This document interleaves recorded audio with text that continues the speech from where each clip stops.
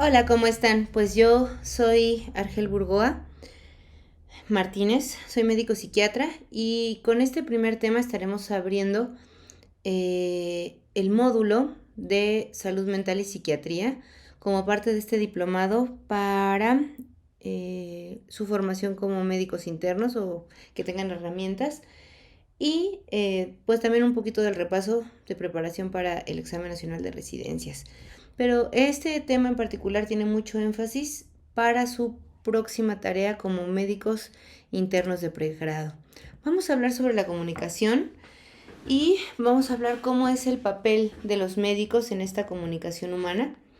Nosotros tendremos que reflexionar sobre las actividades y tareas que tenemos en el día a día como médicos y cómo justamente el hacer uso de una adecuada comunicación nos permitirá justamente llegar a nuestras metas y hacia el final de nuestra exposición estaremos revisando cómo que se une al último tema de este módulo que tiene que ver con el autocuidado y nuestra atención en temas de salud, porque a veces nos dejamos en último lugar.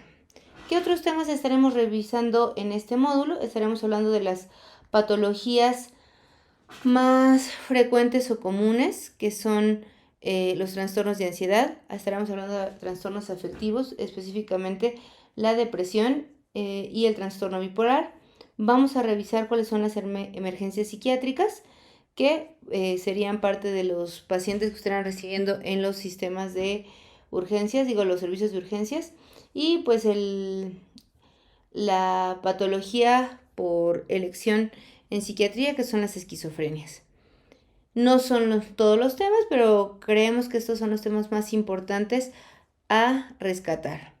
Entonces vamos a ver que la comunicación, pues, es una herramienta que todos los días estamos utilizando y que la hacemos de manera automática, ya sea en casa, en el trabajo, en la escuela, en la calle, en los diferentes escenarios en los que nosotros estemos participando día a día. Todo el tiempo estaremos ocupando la comunicación. Eh, ¿Por qué justamente voltearíamos a ver la comunicación? Pues es que es una herramienta que al parecer es tan sencilla y que en ocasiones nos cuesta mucho trabajo justamente prestarle la atención suficiente de qué es lo que estamos haciendo, qué es lo que estamos comunicando y por lo tanto no le damos la importancia que requiere esta herramienta. Vamos a ver que nosotros comunicamos desde el momento mismo del nacimiento y bueno, que conforme nosotros estemos desarrollándonos y creciendo, pues más evidente será, ¿no?, la aparición o las problemáticas que podamos tener con ella. Debemos valorarla o nosotros como médicos veremos que es muy importante no solamente para los pacientes. Cuando tenemos un paciente que tiene temas de comunicación importante, pensemos en los trastornos del lenguaje o síntomas neurológicos que tengan que ver con algún evento vascular. Vamos a ver que no solamente de esa manera, sino también con nuestras relaciones de trabajo. Idealmente, si nosotros sabemos llevarla, manejarla, vamos a tener relaciones personales que serían más óptimas y por lo tanto vamos a ver que eso nos permitiría que tuviéramos un mejor desarrollo y más sano, no solamente como un servidor, prestador de un servicio, que es este papel de los médicos, sino en la sociedad en general. ¿Cuáles son nuestros antecedentes a rescatar sobre la comunicación? Tenemos a este autor, a Paul Václavic, y que él nos decía o mencionaba en su teoría de la comunicación, que la comunicación es un conjunto de elementos en interacción, en donde cada modificación o que toda modificación de uno de ellos afecta las relaciones entre los otros elementos. Vamos a ver que la comunicación, como hemos visto, ha sido fundamental para que nosotros como seres, vamos a decirlo, seamos justamente en este momento la especie que mayor predominio tenga en la Tierra. Y pues vamos a ver que esta nos permite mantenernos en comunicación con nuestros semejantes y que gracias a que somos seres sociales, pues justamente tuvimos que desarrollar esta habilidad. Es un como hemos dicho, pues es un tema que nos ha acompañado a lo largo de nuestra vida y también de nuestra formación formal, y les aseguro que pues todos nosotros recordamos las clases de la primaria, donde nos decían este modelo muy simplificado de la comunicación, donde había un emisor, donde había un mensaje y donde había un receptor. Bueno, pues a esas alturas, y siendo personas que estaremos ocupando la comunicación día a día, no nos debemos quedar con este modelo simplificado, sino que entender que la comunicación o parte de lo que espera esta exposición es que nosotros vamos a entender que es un proceso mucho más complejo. Y entonces la comunicación es una manera de convivir, de conocernos unos a otros, de expresar sentimientos y opiniones y de vivir en la sociedad a la que pertenecemos.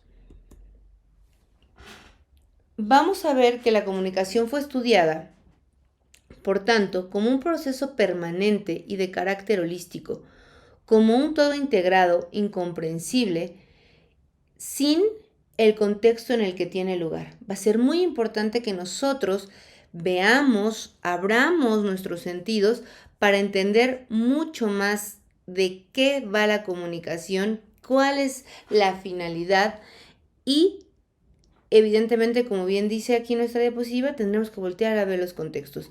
Las imágenes que aparecen en la diapositiva pues nos retratan diferentes momentos que todavía no nos vamos a acercar todavía al ámbito de la medicina. Conforme avance la presentación estaremos llegando a ellos, pero empezamos por la esquina superior izquierda. Veremos justamente una situación que si nosotros, como evidentemente son imágenes capturadas, no tenemos el discurso verbal.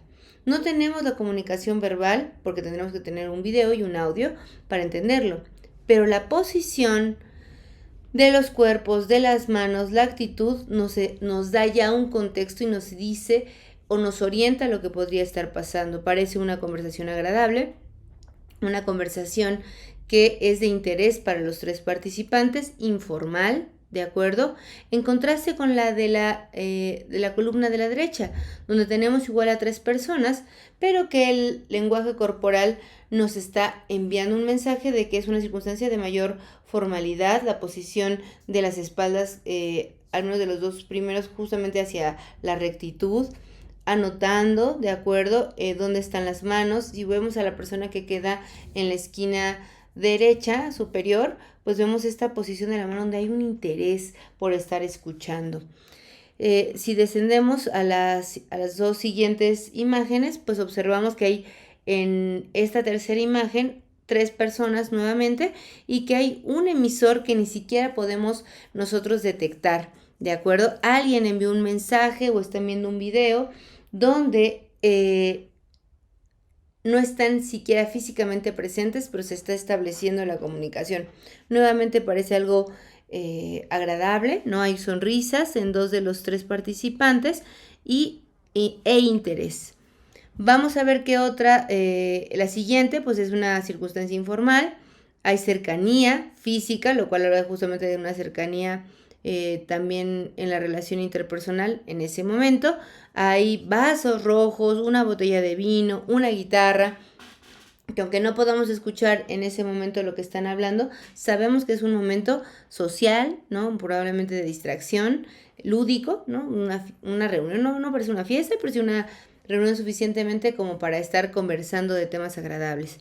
En contraste, pues tenemos esta tercera imagen de la columna de la izquierda, donde nuevamente aparecen 3 personas, pero donde el lenguaje corporal nos dice que es una circunstancia formal. Hay papeles involucrados, vamos a ponernos en este contexto de que es la venta de un bien inmueble o la renta de un bien inmueble y se están llegando a negociaciones. Como las manos de los participantes, las miradas de los participantes nos dicen quién lleva la discusión sobre la compraventa o quién estaría decidiendo, ¿no? Hay nerviosismo, tensión, dudas sobre hacia dónde se llevará la negociación.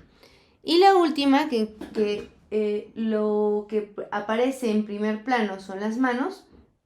Nuevamente, esta mano en la posición sobre la mesa habla de un énfasis. Y entonces, ¿por qué justamente yo remarco esta situación? Porque iremos avanzando en nuestras diapositivas Y una herramienta fundamental para nosotros los médicos es no solamente escuchar al paciente, lo cual es fundamental, sino también que nosotros podamos recibir el mensaje que incluso el paciente no está siendo consciente que está enviando y que tiene que ver con el cuerpo del paciente, con lo que los signos y los síntomas nos están avisando. Vamos a tomar un poquito de esta teoría de la comunicación y Václavic nos decía que teníamos 5 axiomas de la comunicación humana.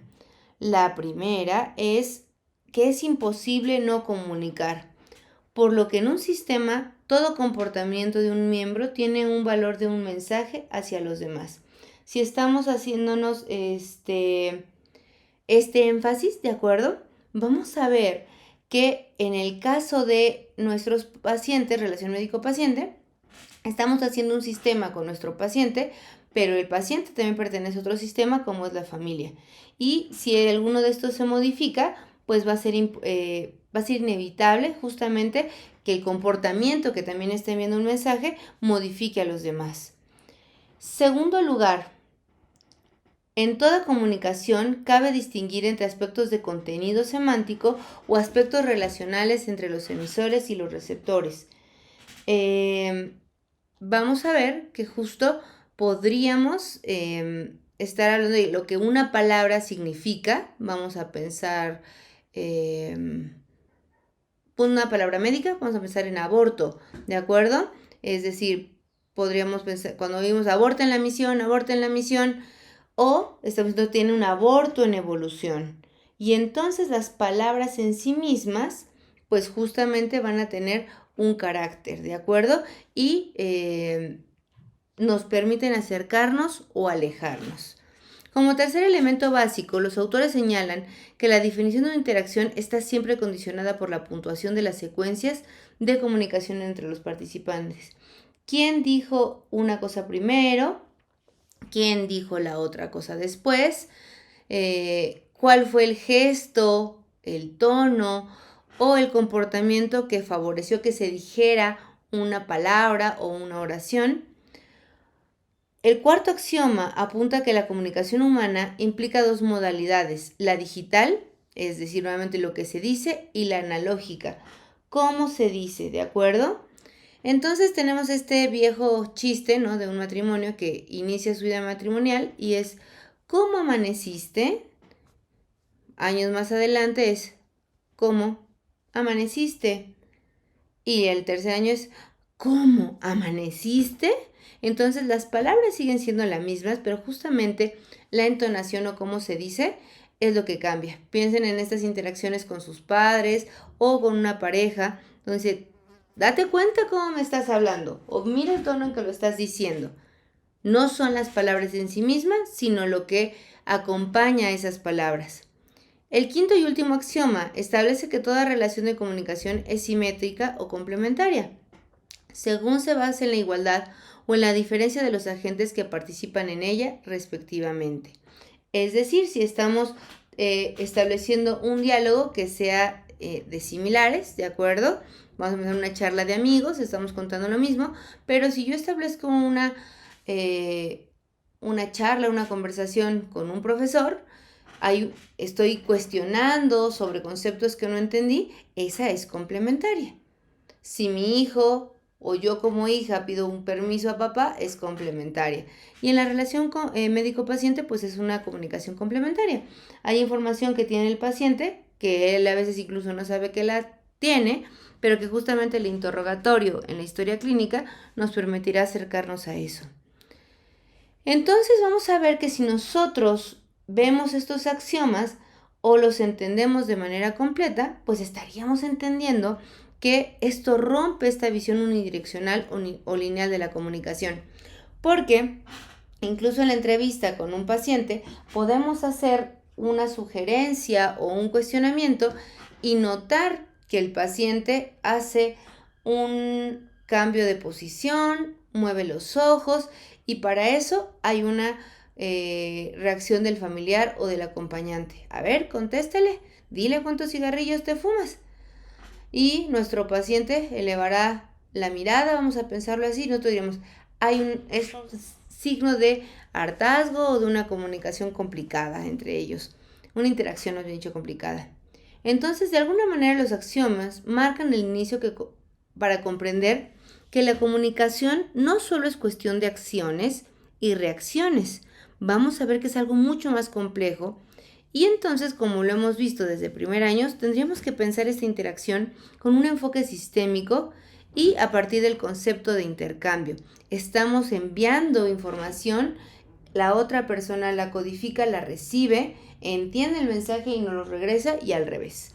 Otra vez, no necesariamente va, o no siempre, es más, la mayoría de las veces no es una comunicación de tipo verbal.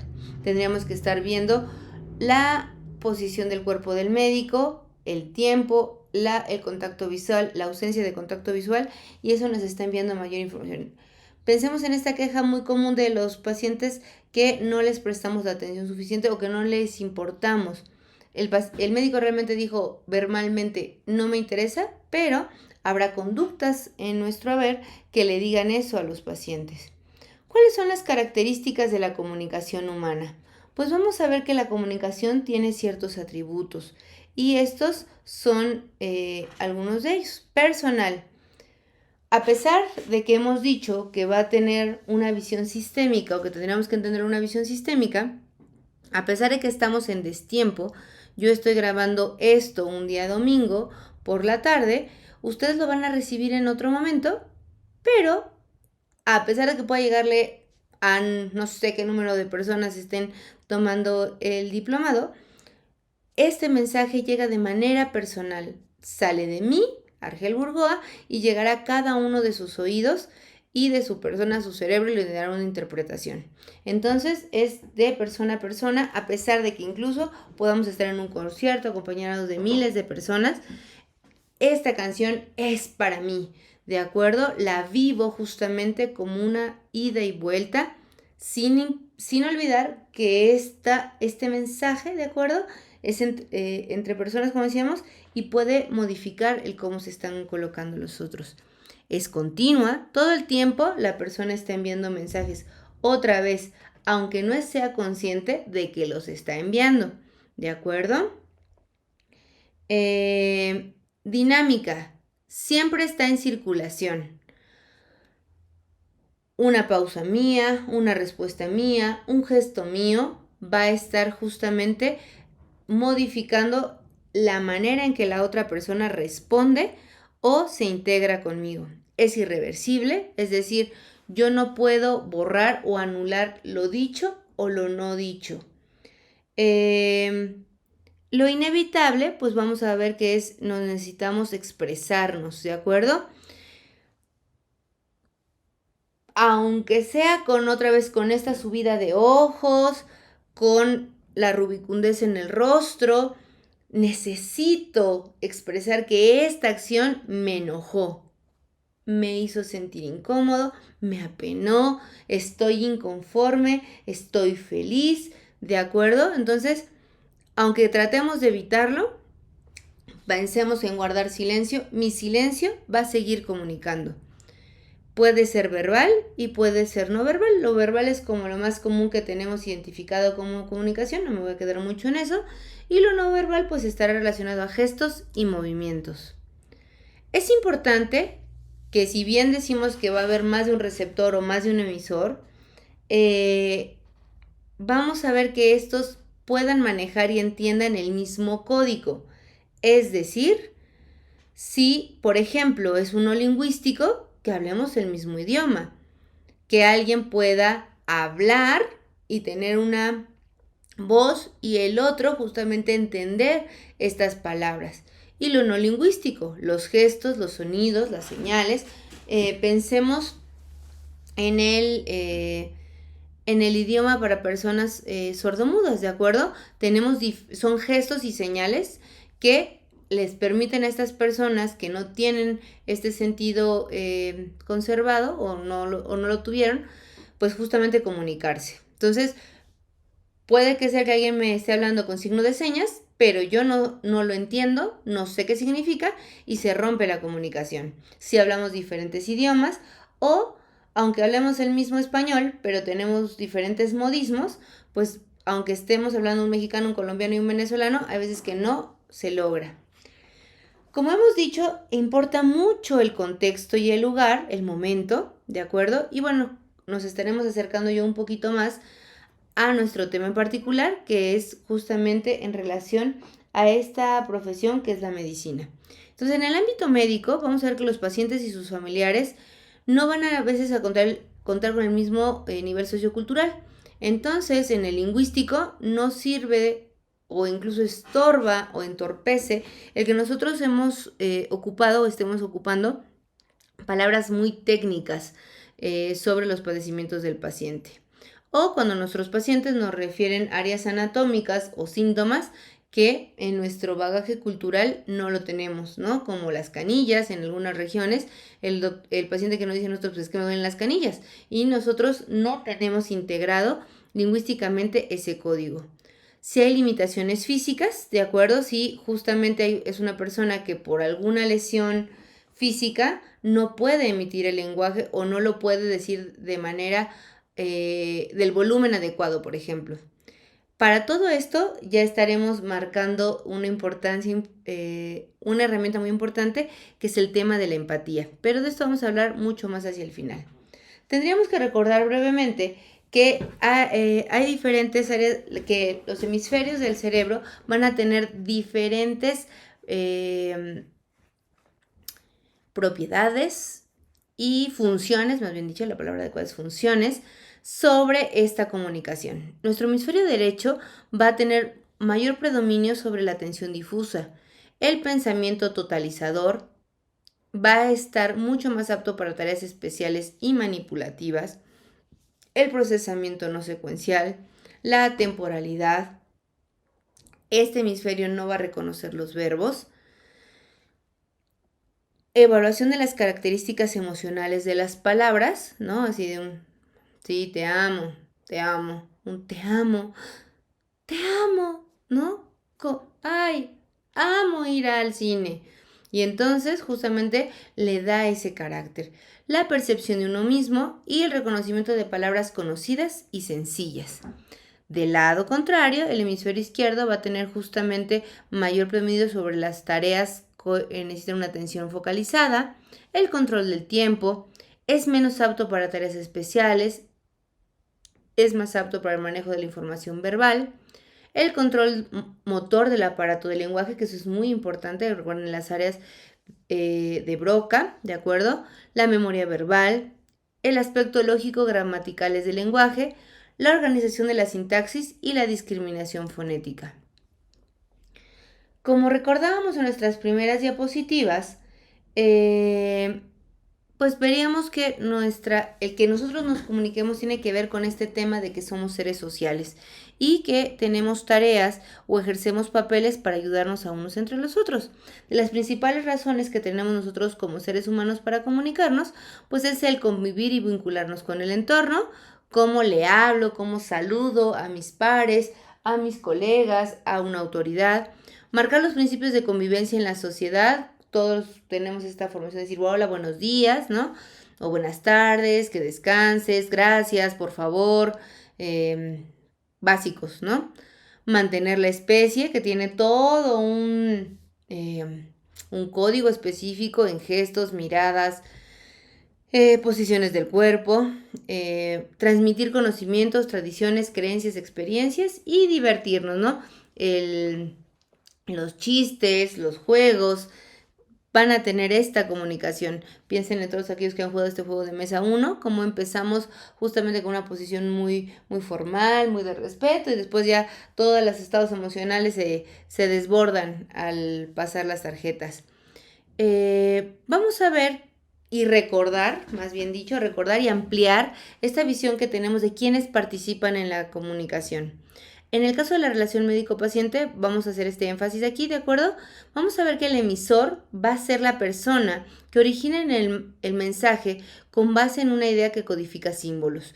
A veces puede ser el paciente el que inicia el proceso de comunicación y a veces va a ser el médico.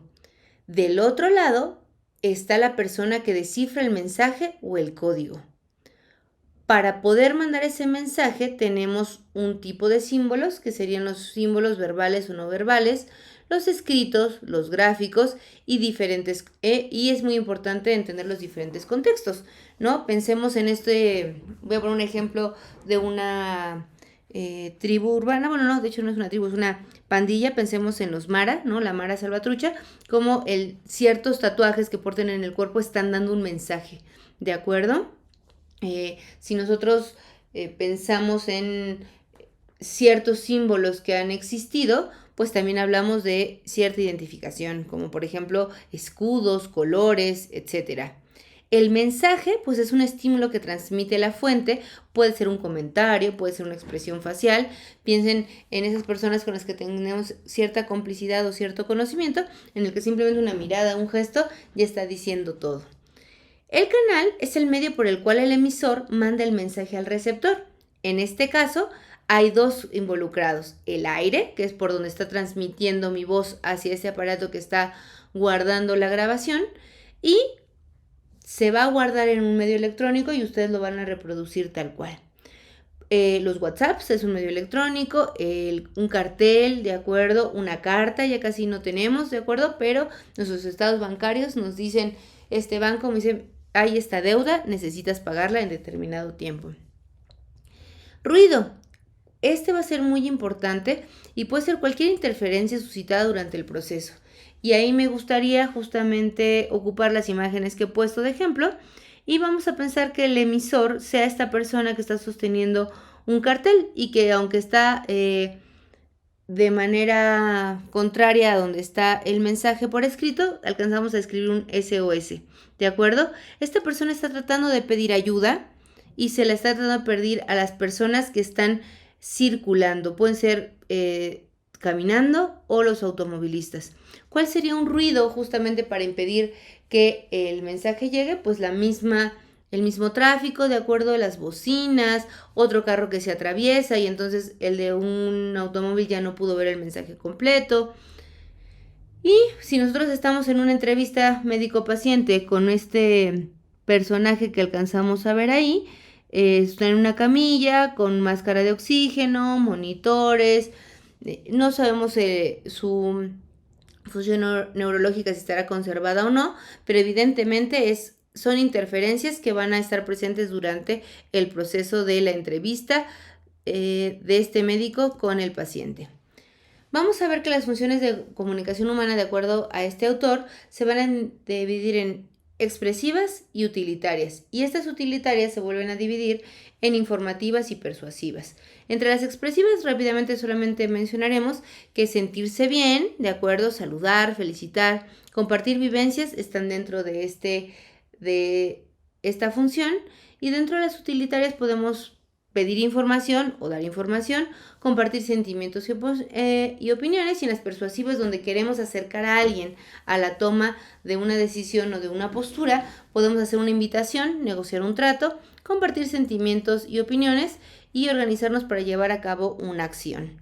¿De acuerdo? Entonces creo que esta es de las más complejas cuando queremos justamente convencer o acercar a otro a una visión o posición de la cual nosotros estamos siendo partícipes o invitando justamente. Vamos a tener diferentes etapas de la comunicación que van a ser de inicio la apertura o justamente este inicio, valga la redundancia, y si lo regresamos al contexto de la relación médico-paciente, pues pudiera ser cuando el paciente nos manda un mensaje y dice, hola, buenas tardes, yo soy Juan, me pasaron su número, hasta ahí, ¿no? O el hola, buenas tardes, vengo a consulta. O cuando ustedes están haciendo una entrevista, mi nombre es Argel Burgoa, soy la médico de guardia, y ese es el inicio, el saludo. Inmediatamente viene este segundo momento, que es la orientación al propósito. Estoy aquí para hacerle una entrevista y obtener su historia clínica, los datos más importantes para nosotros. El propósito en sí mismo, pues, es obtener esta información, todos los componentes de la historia clínica que ustedes ya conocen. Si ya obtuvieron la información necesaria o suficiente, van a estar preparando hacia el cierre. Bueno, pues eso ha sido todo, muchas gracias. Vamos a seguir pidiéndole estudios, o al ratito vengo a tomarle las muestras para los estudios que el médico solicitó. y el cierre, que sería un hasta luego, adiós, y nos vamos, ¿de acuerdo? Y bueno, todo el tiempo estamos haciendo estas etapas de la comunicación, a veces muy breves, solamente saludamos, decimos y pedimos información y se acabó, ¿de acuerdo? Se cierra la comunicación. Para nosotros como médicos es importante entender que estamos estableciendo conversaciones, ¿de acuerdo? Que es bueno darnos cuenta si sabemos o tenemos la capacidad de conversar. Y entonces la conversación es la manera social en que un individuo habla a diario y directamente con las personas del entorno sobre un sinnúmero de temas. Lo que esto va a provocar es interacción e integración de determinada esfera de la sociedad. Y el conversar brinda la oportunidad para saber cómo piensa otra persona, quien a su vez logra conocer al interlocutor al realizar un intercambio y aporte de ideas, siempre y cuando ambos estén escuchando desde la posición abierta, receptiva y empática. Que estas herramientas van a ser muy importantes para cuando nosotros estemos frente a un paciente. Entender cuáles son sus necesidades, si somos capaces realmente de escucharlos, no solamente verbalmente, sino lo que su cuerpo nos está avisando, y sobre todo la empatía, que haremos otra vez mucho énfasis hacia el final. Entonces, pues sí, acercándonos más o haciendo más específico este tema, estaremos diciendo que la comunicación en la relación médico-paciente es fundamental. Vamos a ver que nosotros en particular tenemos que cuidar ciertas actitudes, ¿de acuerdo?, que nuestros pacientes pueden percibir y que nos pueden colocar en cualquiera de estas dos clasificaciones, como médicos que sabemos comunicarnos o como médicos que no tenemos idea de cómo comunicarnos. Entonces, ¿cómo es que los pacientes clasifican a estos médicos que saben comunicarse? Pueden colocarlo como una persona franca, sincera, alegre, dinámica, optimista, oportuna y madura. El médico que no sabe comunicarse puede ser interpretado o resumido por nuestros pacientes como alguien mentiroso, indiscreto, chismoso, hipócrita, cerrado, superficial, impaciente, inmaduro, irrespetuoso, poco inteligente y deshonesto. Entonces vamos a ir entendiendo a lo largo de las siguientes diapositivas o tratando de reflexionar qué es lo que yo tendría que estar haciendo para que mi paciente se lleve la impresión con que soy alguien deshonesta o que soy irrespetuosa o inmadura. Entonces, ¿qué es lo que nosotros necesitamos evitar en la comunicación? El médico usa la comunicación para informar algo al paciente y a sus familiares para propiciar alguna acción. Otra vez recuerden estas funciones que lo que tratan es de convencer a las personas y que esto, idealmente, estas decisiones lo acerquen a la recuperación o a un mayor entendimiento de el por qué los estudios o medicamentos o procesos que estemos proponiendo. Muchas personas piensan que saber hablar es saber comunicarse, lo cual queda patente en los frecuentes errores de comunicación entre doctores, pacientes y familiares, ¿no? Hoy, por ejemplo, muy sencillo, un paciente me mandó un mensaje para cuestionarme cuánto tiempo va a durar su tratamiento, cuando es algo que se le explicó durante la primera cita. Y hace una serie de cuestionamientos sobre cómo, si es que yo he comentado que no aparenta tener tanta ansiedad, voy a justificar el mantener el tiempo del tratamiento. Entonces, hay un error de comunicación en el que tal vez no fui tan específica en el tiempo de la duración del tratamiento y por qué se justificaba el inicio del tratamiento. Entonces, nosotros tenemos que reflexionar siempre qué es lo que siente el paciente. Entre mejor se comunique con su paciente, nosotros tendremos un grado mayor de satisfacción de las necesidades del paciente, mejor pronóstico clínico e incluso una recuperación más satisfactoria.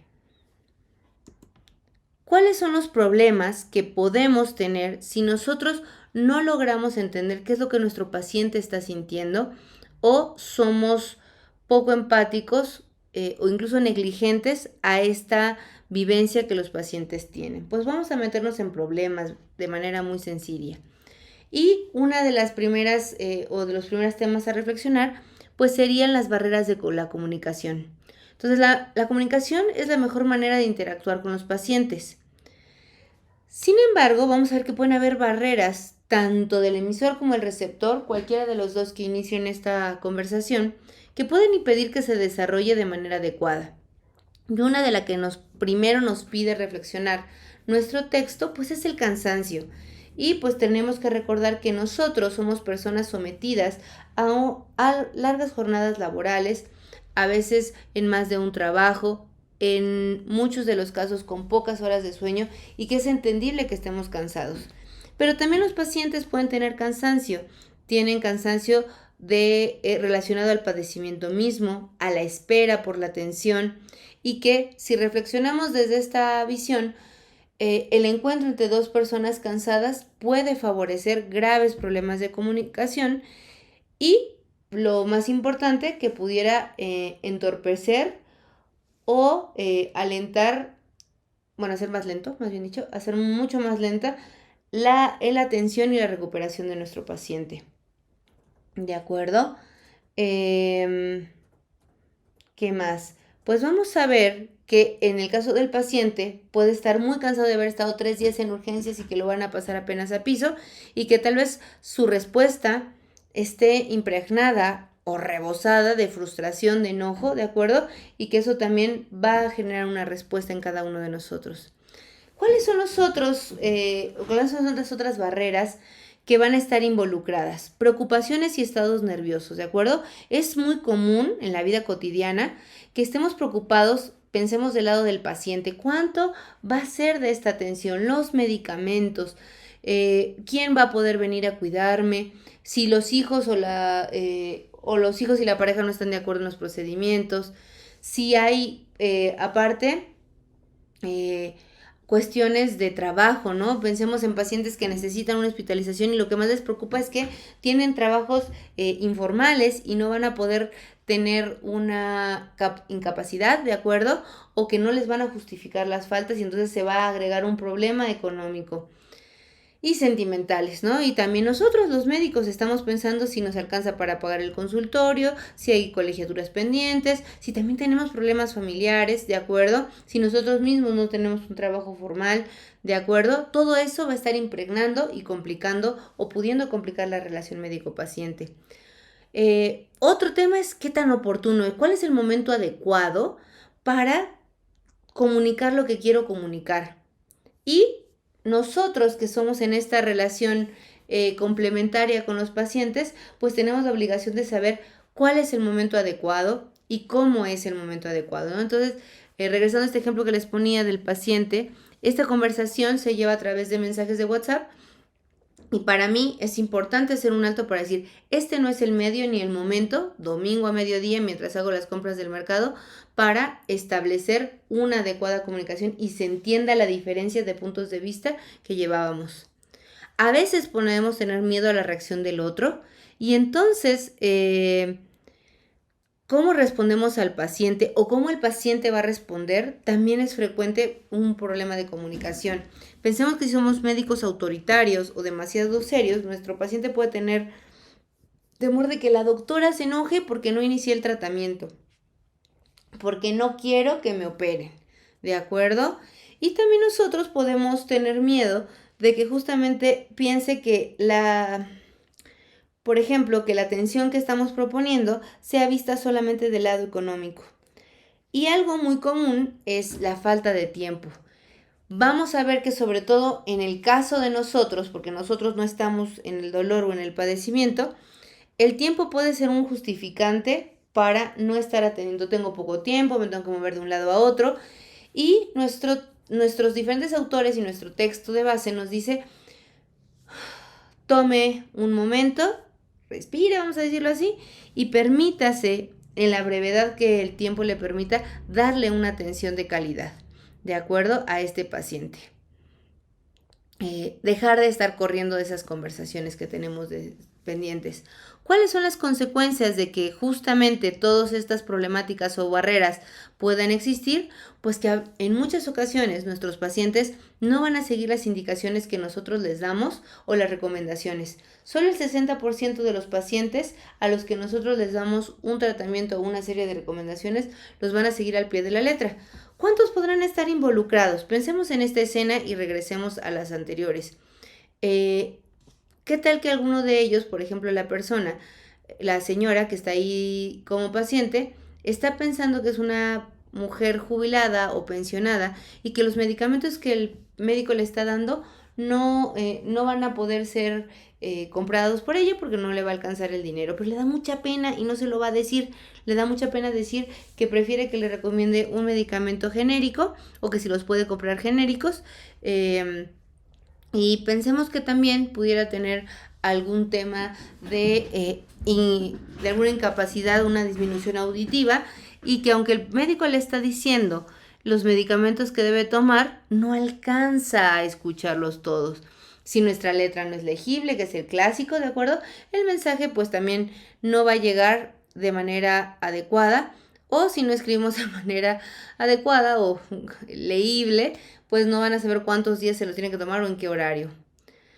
¿Cuáles son los consejos que nos dan para establecer una buena comunicación? Número 1 es la empatía, ya lo habíamos dicho en las primeras diapositivas, y se define como la experiencia interna de compartir y comprender los estados psicológicos momentáneos de otra persona. Entonces, vamos a pensar que estos dos personajes puedan colocarse desde la empatía. Que un hombre joven tendría que entender de una mujer adulta mayor. ¿Cómo puedo colocarme en ese lugar y darle una atención que le corresponda y que sea más humana y permita acercarnos a la satisfacción de las necesidades y, en el mejor de los casos, la cura o mejora de salud de la paciente? Congruencia se refiere a ser completamente genuino, sincero, coherente y honesto. Si yo estoy diciendo que no tengo prisa, entonces podría tomar asiento unos segundos y escuchar con atención a la paciente. Si le estoy diciendo que no me enoja, pero mi rostro refleja otra cosa, puedo ser sincero y decir, sí, es el que usted no acepte mi propuesta es algo que me hace sentir enojo, pero ese es un trabajo mío. Es decir, si yo estoy sintiendo una emoción, lo mejor que puedo hacer es justamente congruente y respaldarla realmente. Respeto significa tener una aceptación positiva, incondicional, hacia el paciente, al margen de su nivel social, cultural, si hay alguna discapacidad, de acuerdo a su sexo, religión o raza. Creo que eso es, bueno, no sé si es muy claro, pero creo que es fácil el ejemplo. No discriminar, no hacer chistes o burlas a ninguna persona, ya sea compañero de salud o paciente, pues justamente si pertenece a un grupo étnico, si pertenece a una religión, a una raza, de acuerdo si es una persona de escasos recursos o de altos recursos, si tiene algún modismo para hablar, etcétera. Muy importante, si bien hemos dicho que la comunicación no es solamente lo verbal, sí es importante que aprendamos a escuchar. Sobre todo nosotros los médicos. Hay veces que el ganchito o la pista que nos va a llevar al punto que queremos es algo a lo que el paciente no le da predominancia y ahí está la clave. Si nosotros no sabemos escuchar, va a ser difícil que podamos llegar a este tipo de atención. Comunicación positiva y no violenta. De ninguna manera se justifica en ningún momento una comunicación con violencia. Necesitamos estar ejerciendo una comunicación libre de violencia verbal. Y pues para que justamente esto pueda darle una seguridad al paciente, que sienta una autoestima alta y fuerte. Y eso es también para los familiares. La imagen, la percepción que tenga el paciente y sus familiares del médico se convierte en una identidad y produce estímulos negativos y positivos. Entonces, ¿cómo es que me ven? Como alguien limpio, respetuoso, adecuado. Eso, es cómo me veo, sobre todo si hay un cuidado en mi persona, es lo que va a permitir a los pacientes confiar en eso. Por lo tanto, tenemos estímulos verbales y los no verbales que son importantes. Para seguir ejerciendo o aumentar el tema de la confianza y de la mejora en la atención, podemos ocupar este modelo de las 4 Es. ¿Por qué? Pues porque nosotros como médicos generalmente nos seguimos formando para seguir aprendiendo de manera científica y técnica, ¿no? ¿Cuáles son las nuevas estrategias, los nuevos medicamentos para tratar esta patología? Y, sin embargo, muchos de nosotros no volvemos a actualizarnos en nuestras habilidades comunicativas.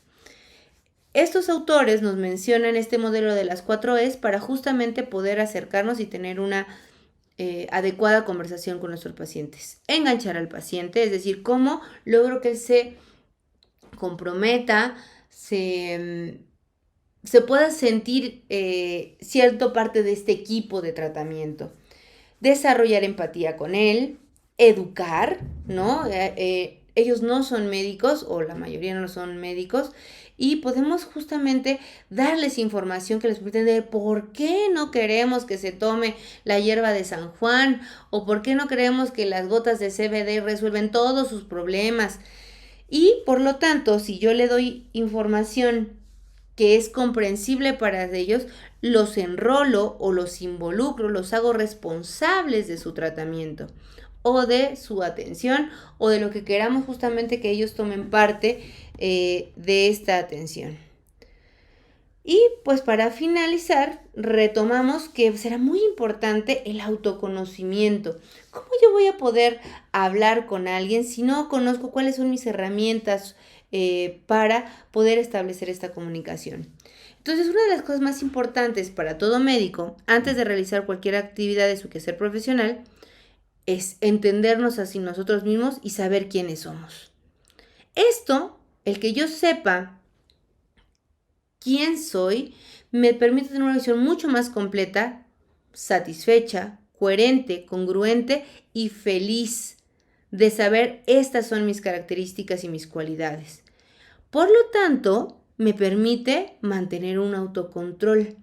Está bien saber que a mí me enoja que las personas cuestionen mi autoridad o cuestionen los tratamientos que le estoy dando. Por lo tanto, si yo ya sé que eso me enoja, voy a poder justamente dominar este enojo y saber que mi valor como médico no depende del que justamente este paciente o esta persona o este compañero de trabajo me esté cuestionando. Mi autoestima no depende de la validación de otros porque sé cuáles son mis capacidades. Todos tenemos cosas que nos gustan y otras que no nos gustan de nosotros mismos, pero lo importante es saber que están ahí y no negarlas, voltear a ver y entender que sí, soy alguien impuntual. Me cuesta mucho llegar a tiempo a los compromisos. ¿Desde dónde puedo reconocer que necesito mejorar en esa parte y que si alguien me lo marca no sea motivo de una discrepancia o de un enojo? Y bueno, vamos a ver que justo siempre tenemos la posibilidad de mejorar, de pulir esas áreas y que por lo tanto mi autoestima tenga un papel predominante. ¿Por qué estaremos hablando de la autoestima? Porque vamos a ver que ayuda justamente a que los pacientes confíen. ¿Qué es el autoestima? Es la fe de que cada persona tiene en sí misma y por lo tanto es esta visión que puede ser positiva o negativa que tenemos de nosotros mismos. La autoestima es importante porque entre más se conoce a uno mismo, podemos saber qué es lo que yo puedo hacer. Me puedo aceptar tal y como soy y entonces si yo sé tal como soy una persona impuntual. Es más sencillo y factible que yo pueda aceptar a los demás. Si yo reconozco que tengo carencias y que hay áreas de mí que no me gustan, podré reconocer que los otros también tienen derecho a tener esas áreas y no me va a causar tanto ruido, tanta incomodidad. De nada sirve, como dice aquí, que el médico intente mostrar cualidades de las cuales solo que carece y que solamente tratamos de aparentar. Yo soy una persona formal, soy una persona seria. Pero lo hago porque eso es lo que se espera de un médico. Si yo reconozco que soy una persona que tiende a ser extrovertida, hace chistes, informal, etcétera, etcétera, etcétera, no me coloco bajo este disfraz, va a ser mucho más fácil que nos digan, el doctor o la doctora sabe cómo es y quién es. Esto nos da justamente un alto nivel de seguridad. Entonces, tendríamos que justamente ver si somos alguien con un nivel de inseguridad alto y baja autoestima se va a notar en el momento de atender a nuestros pacientes. Porque entonces voy a decir, usted me está diciendo que yo no sé nada, y el paciente puede decir, pero es que yo no le dije eso. ¿De acuerdo? En el autoestima positiva será evidente para los pacientes que tengan médicos que tengan una autoestima positiva, va a ser casi automático que van a depositar la confianza en ese médico, y esa confianza va a producir una mejora o un camino más rápido hacia el proceso de sanación. El servicio es la fuente principal de crecimiento personal y profesional, debido a que impacta en todos los campos del ser humano. Entonces, si yo reconozco que soy alguien valioso, puedo atender desde esa valía o desde ese valor a mis pacientes. Como conclusiones, pues tendríamos que mencionar, la comunicación humana positiva es una herramienta necesaria y útil para todos, pero para el médico es algo crucial, ya que es una herramienta con la que trabaja todos los días y que nos va a permitir desarrollarnos tanto de manera interna como de manera laboral. Un médico que sabe escuchar, entiende lo que siente, lo que quiere y necesita. No solo él, que es lo primero, como hemos dicho, sino sus pacientes. Y esto a largo plazo nos va a llevar, o al corto plazo si lo ejercemos de manera adecuada, a un diagnóstico claro y acertado. ¿Por qué la importancia de este tema? Porque de nuestra comunicación adecuada, asertiva, abierta y amplia, dependerá la relación médico-paciente que logremos establecer con estas personas que llegarán buscando ayuda de alguien especializado como nosotros, de alguien preparado como nosotros, y llegar a una meta en común, establecer una alianza terapéutica y tener finales más felices y sanos en nuestro futuro. Pues muchas gracias por su atención en este primer video de este módulo de salud mental y psiquiatría.